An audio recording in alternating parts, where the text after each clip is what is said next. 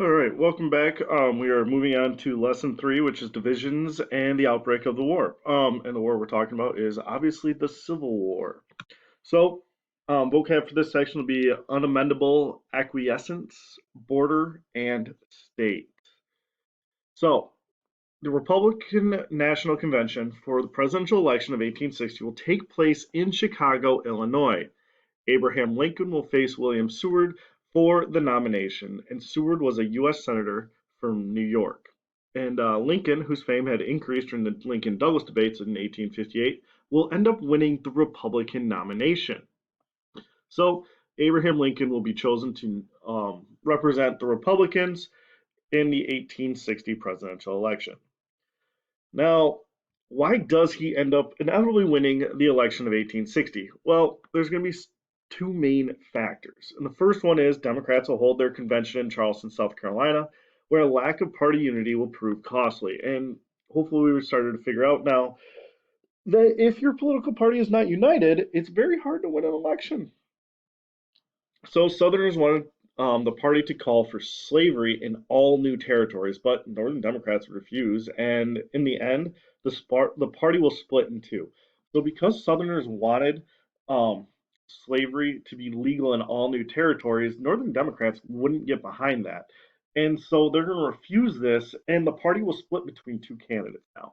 Northern Democrats will choose Stephen Douglas to run for president, who, well, as we already learned, has quite a big history with Abraham Lincoln. And the Southern Democrats will pick John Breckinridge of Kentucky. Breckinridge is basically going to keep everything the same that the Southerners want and push for slavery in all these territories, whereas Stephen Douglas, he's not really going to do anything to challenge the status quo of slavery the way it is now. And so some Americans will try to heal the split between North and South by forming another new political party now. So now it's not going to be just Republicans and Democrats. They're going to form a new political party. This political party is the Constitutional Union Party, and they will choose John Bell of Tennessee to run for president. Um, and so we're going to have four people running for election. And so you have the Constitutional Union Party choosing John Bell, who really doesn't stand much of a chance, kind of a party that nobody knows nothing about. And it's going to only represent a limited people. Then you have the two major parties to be the Democrats and the Republicans. However, the Democrats are split between the North and South, which is ultimately going to end up splitting their vote, as you will see in a picture on page 502 in your book, which you should all turn to now because I will be talking about that quite a bit.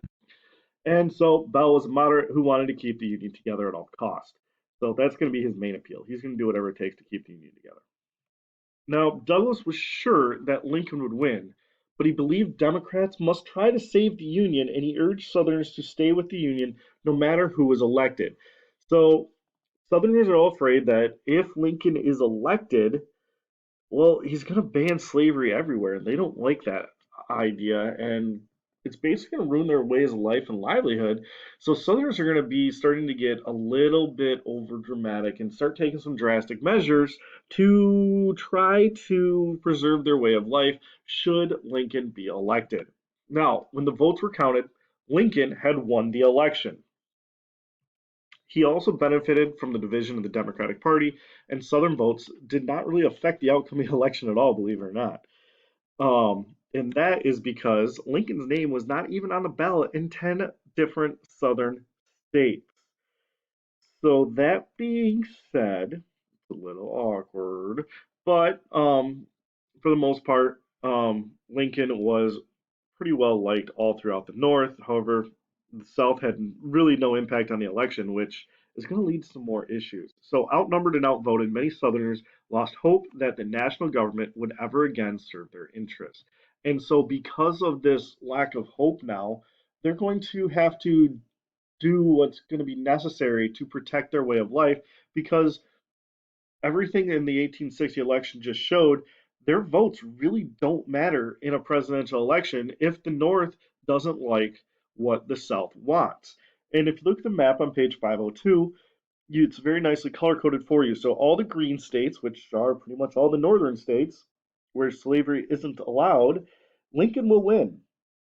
Bell, well, he won his three states of Virginia, Kentucky, and Tennessee.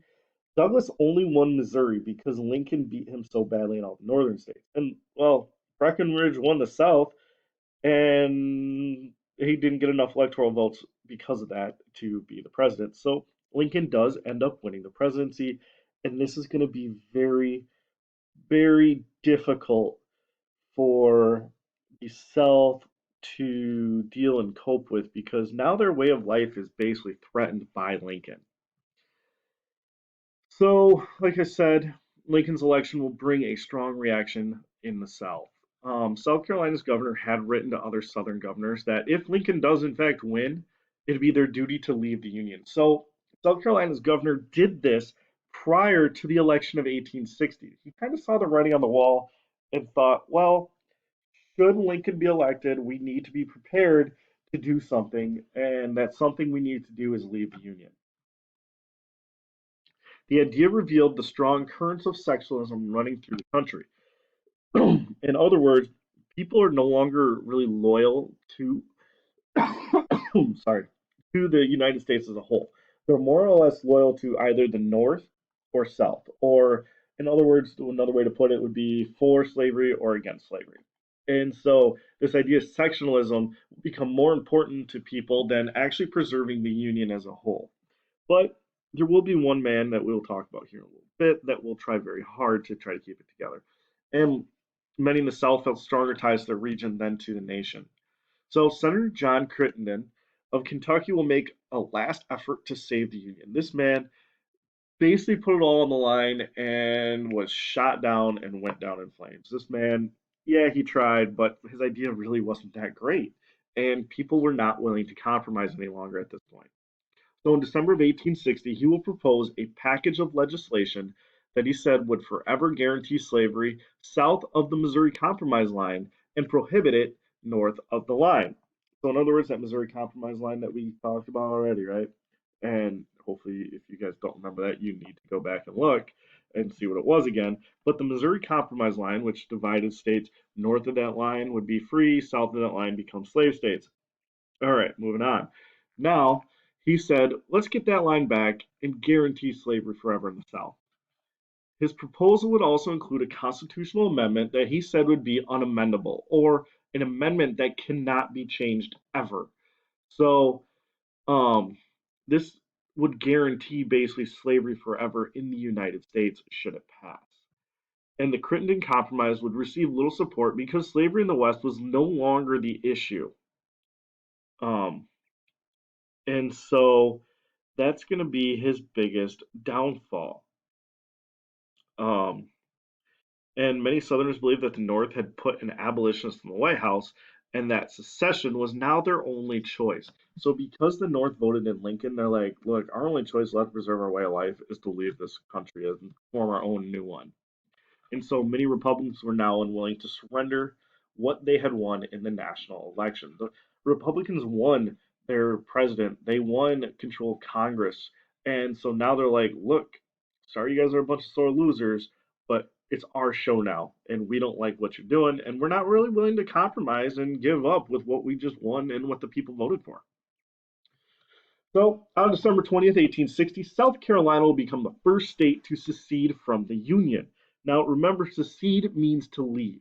So, South Carolina just declared itself an independent state from the United States. And by late February of 1861, Alabama, Florida, Georgia, Louisiana, Mississippi, and Texas will also secede the Union. And if you look on page 507 now, you'll see what I'm talking about. Okay, so those light gray states on page 507 are all the states that leave by April of 1861. I know the notes say February, but the map says April. We won't worry about that because more states will actually join in April of 1861, not February. So the original guys to leave would be South Carolina, they're number one, followed by Alabama, Florida, Georgia, Louisiana, Mississippi, and Texas. At a convention in Montgomery, Alabama, which if you locate Alabama on the map, you'll see it's in the middle of all those states. Um, the 7 states will form a new nation. They will form the nation of the Confederate States of America. Jefferson Davis of Mississippi will become its first president. So the Confederate States of America is essentially its own country, separate from the United States. Well, in their mind right now, they're separate. In reality, they're not quite there yet. So now a new issue will emerge in the United States. Did the Constitution actually allow states to secede from the Union? And that's where it's going to get a little complicated. So most white Southerners believed they had a right to secede, and after all, the Declaration of Independence said that it is the right of people to alter or to abolish a government that denies the rights of its citizens. So in other words, because the national government is now willing to basically get rid of slavery, which the Southerners feel is their right and way of life, well, the Declaration of Independence gives them the okay to get rid of the U.S. government and form their own, which makes it even more tricky. So Lincoln, they believed, would deny them the right to force African Americans to live and work as slaves, and they didn't like that, so they said, see ya. Now, for many Southerners, secession was an issue of states' rights and whether or not the states had enough power to actually do this. And according to this view, the Constitution created a union comprised of sovereign states, and each state had the authority to make decisions without interference from the federal government. In other words, they're going back to how the Articles of Confederation were, where the states had more power than country, and they're also trying to view each state as its own individual kind of like sovereign or own country, in other words, that make up the United States. So any state could decide to leave the Union at any point and join with others to form a new government, such as the Confederacy or the Confederate States of America, for this example. And so this is the states' rights view, which we have established earlier in other chapters that, well, this just doesn't work and, well, they can't really do this. So they're actually violating the Constitution by doing this. And so Lincoln will disagree and maintain that the Constitution shared powers between national and state governments, but did not give states sovereignty that would allow them to succeed. So Lincoln saying, yeah, the states do have some rights, but they don't have the right to do this because they were not given that power in the Constitution. And so this causes of the looming Civil War will thus include sectionalism, or the division between North and South, disagreement over slavery, and a disagreement over the constitutionality of states' rights. So these will be the three main issues that cause the upcoming Civil War that we will talk about. So right now I have to pause it because I will not have enough time on this video to finish. So there will be a part two to this video. Please make sure you watch it. And also, um, yeah, so you have two videos to watch today. So make sure you watch both.